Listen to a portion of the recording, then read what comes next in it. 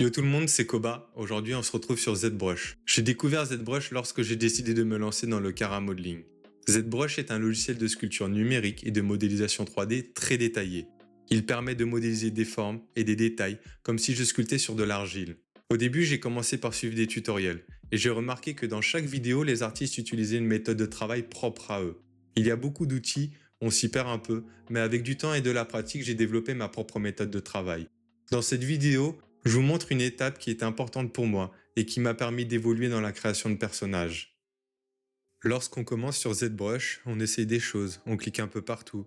On décide de transformer une sphère en personnage, visage, créature.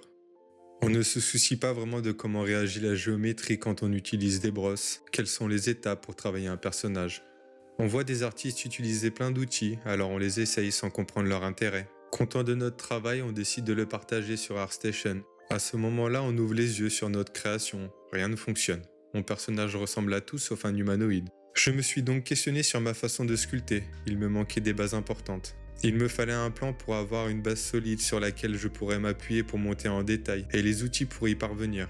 Mon plan, c'est le blocking. C'est mon avis, mais le blocking, c'est 80% du travail artistique. Il est nécessaire pour se rapprocher au maximum de l'énergie que dégage un personnage. Quant aux outils, je me suis souvenu des ateliers de pâte à modeler petits. Si à cet âge je pouvais créer des choses en fusionnant des morceaux de pâte, alors je pourrais faire la même chose sur ZBrush. Je commence donc par créer mon blocking avec plusieurs objets 3D. Je déforme et place mes éléments pour construire les parties du corps de mon personnage.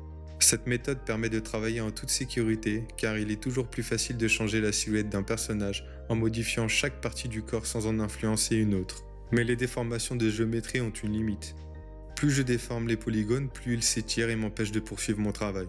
Le mode Dynamesh permet de générer un nouveau maillage en conservant ma géométrie. Je pourrais continuer à étirer à l'infini tant que j'utilise ce dernier. Ce mode se trouve dans l'onglet Géométrie. Lorsque j'active ce mode, j'obtiens une nouvelle géométrie qui s'adapte à mes modifications. Une fois le mode activé, je peux maintenir la touche CTRL pour passer en outil masque et venir dessiner une forme à l'extérieur de mon objet pour générer une nouvelle géométrie.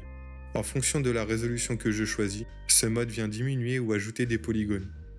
Je peux décider des modifications que j'apporte sur mon maillage sans être limité par le nombre de polygones.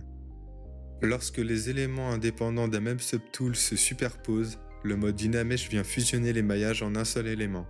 En fonction de la résolution et la taille, il va soit les fusionner en basse résolution, soit ajouter une nouvelle géométrie plus dense en haute résolution. J'ai enfin le plan et les ressources pour créer une base solide. En fusionnant les éléments qui constituent les parties du corps de mon personnage grâce au Dynamesh, je peux enfin m'approcher au maximum du résultat que je souhaite tout en étant le plus confortable possible. Je ne suis pas limité par la géométrie de ZBrush et je n'ai pas besoin de réutiliser une ancienne sauvegarde lorsque j'ai fait une erreur. La puissance du Dynamesh me permet de reconstruire n'importe quelle forme qui a pu être altérée par mes modifications. J'espère que cette méthode pourra aider ceux qui sont passés par la même situation que moi lorsque j'ai fait mes débuts sur ZBrush. Je sais que ce logiciel est difficile à prendre en main, mais avec de la pratique et les bons outils, on peut vraiment faire des sculptes qui déchirent. J'avais besoin d'imaginer un personnage pour cette vidéo, et j'ai décidé de revisiter un de mes personnages préférés de Dragon Ball Z. J'aime bien cette version debout, et je pense le continuer tout en vous montrant les autres étapes de création de personnages. On se retrouve donc dans une prochaine vidéo pour parler du Z-Remesh et du rythme à avoir lorsqu'on l'utilise. Merci d'avoir regardé ma vidéo, c'était Koba, à bientôt.